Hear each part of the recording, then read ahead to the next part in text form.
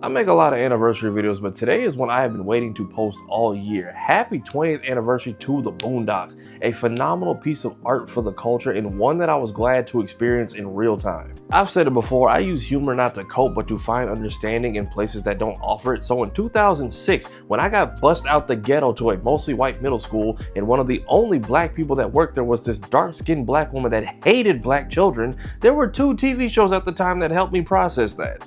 Coming full circle in why representation storytelling is so important, because 2 decades later, finding out that Gary Anthony Williams' portrayal of Uncle Ruckus was based on people in his actual life when he was younger, which would later on end up helping me in mine when I was around that same age. I grew up in the Deep South, and my dad had these friends who would come over on Sundays. The group of friends he had, some of them who hated other black people. One of the guys, his name was Mr. Candy Walker, and he would be like, if you shake hands with a white man, you shall become friends. He was always coming around on a Sunday telling us how to like white people. Like, what are you doing? Gary, who was also my YouTube intro, by the way, if you ever hear this at the start of any of my videos, this is where it came from.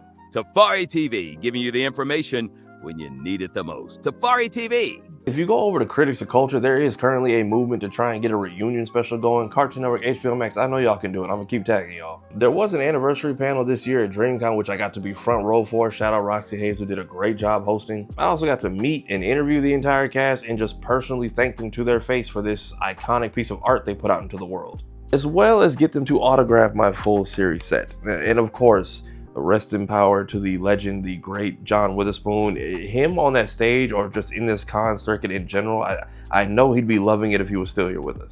By the way, y'all know JD is in this show, right?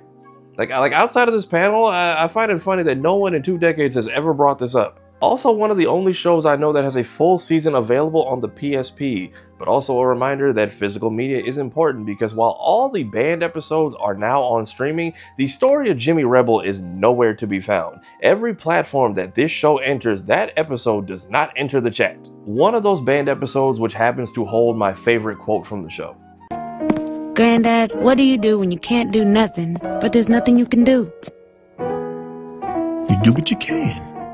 And for like a decade, I very much held that quote close to my heart because I was part of a small section of fans that had access to it if you bought the season 2 DVD, which I was not old enough to do, so thank you, LimeWire. Verbal gems that still hold up even in recent years. Like, we just had to bury my child a babysitter. She looked after like every kid in the neighborhood. We wanted to make sure we did right by her by sending her off proper, so at the funeral, I started off her tribute video that we made with a quote from Riley was here.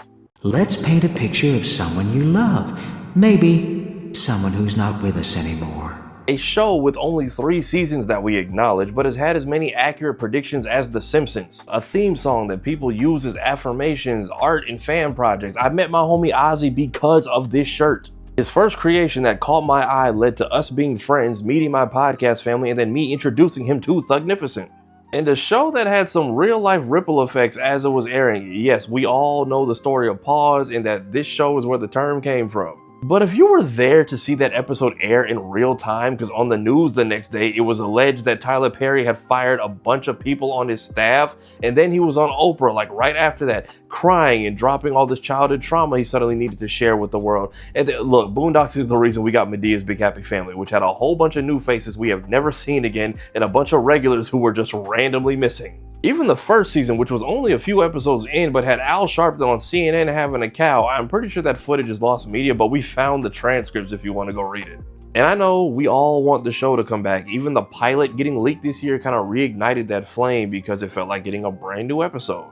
And to whoever put that out there, I hope Sony doesn't find you. And I know there are complications now with trying to get this made, so this is kind of my workaround / pitch. This show did a good job of fleshing out all its characters. I think you could set the show during summer vacation, send the Freemans off to Chicago with Aunt Cookie for the break, and then just follow the episodic adventures of the rest of the neighborhood and just call it Woodcrest. Every now and then, Huey and Riley cameo via phone calls with Jasmine, who's house sitting for them. But yeah, man, cheers to 20 years of this show, to everyone who breathed life into this thing, man, whether I've met you or not. On behalf of a little 10-year-old black boy who was just finding his way in the world, thank you.